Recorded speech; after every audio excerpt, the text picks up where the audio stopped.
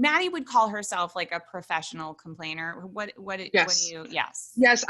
So I started it with the notion that I was going to combat toxic positivity Ooh, with healthy negativity. I love that because I hate toxic positivity. Oh, I hate positivity, period. Like, I get it. Some people have a good attitude about things, but like, Yeah. I genuinely think it's better for my brain to have a bad attitude. Well, I always say this, like as a born and raised neurotic Jewish New Yorker, like it's so hard for me. Like I happen to be like a very kind of like upbeat, optimistic person. Yeah. However, I am also a professional complainer and Yeah.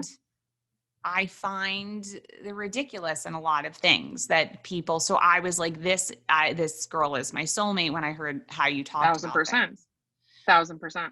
We have some topics for you, Maddie, that I feel that we need to get into. And the first one is kale. There's a myth surrounding kale. This is literally what I was going to say. Literally. Okay. Do you want to wait? What you go? You continue. You continue. Okay. I like kale when it has so much stuff in it that you can't even really identify that it's kale, because if you have a salad with kale, especially finely chopped, it's in your teeth, it's stuck in your throat. It doesn't go down your throat. It's sharp edges. And I just think people are lying when they go for the kale salad. That's my stance on kale. I swear on everything, that is word for word what I said. People are lying. They're lying. Because here's the thing. We were just in New York. We got a ravioli or something that had kale in it. And it had like kale and mushrooms and like all of these things, had like a super heavy cream sauce and Parmesan and all of this. And I'm like, that kale tastes so good. And then I'm like, but hold on. Is it also covered in cream?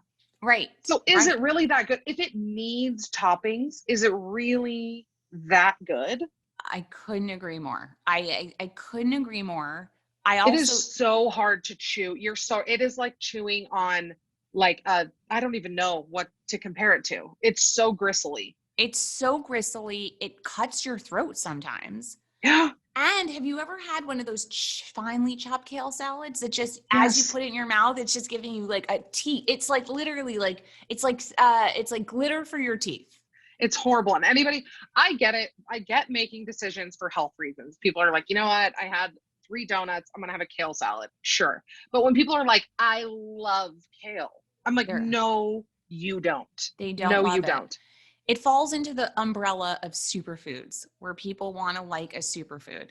And it's but is that even real? Are superfoods real? I, again, not a doctor or a nutritionist. I just pretend that I am at all times. Yes, of course.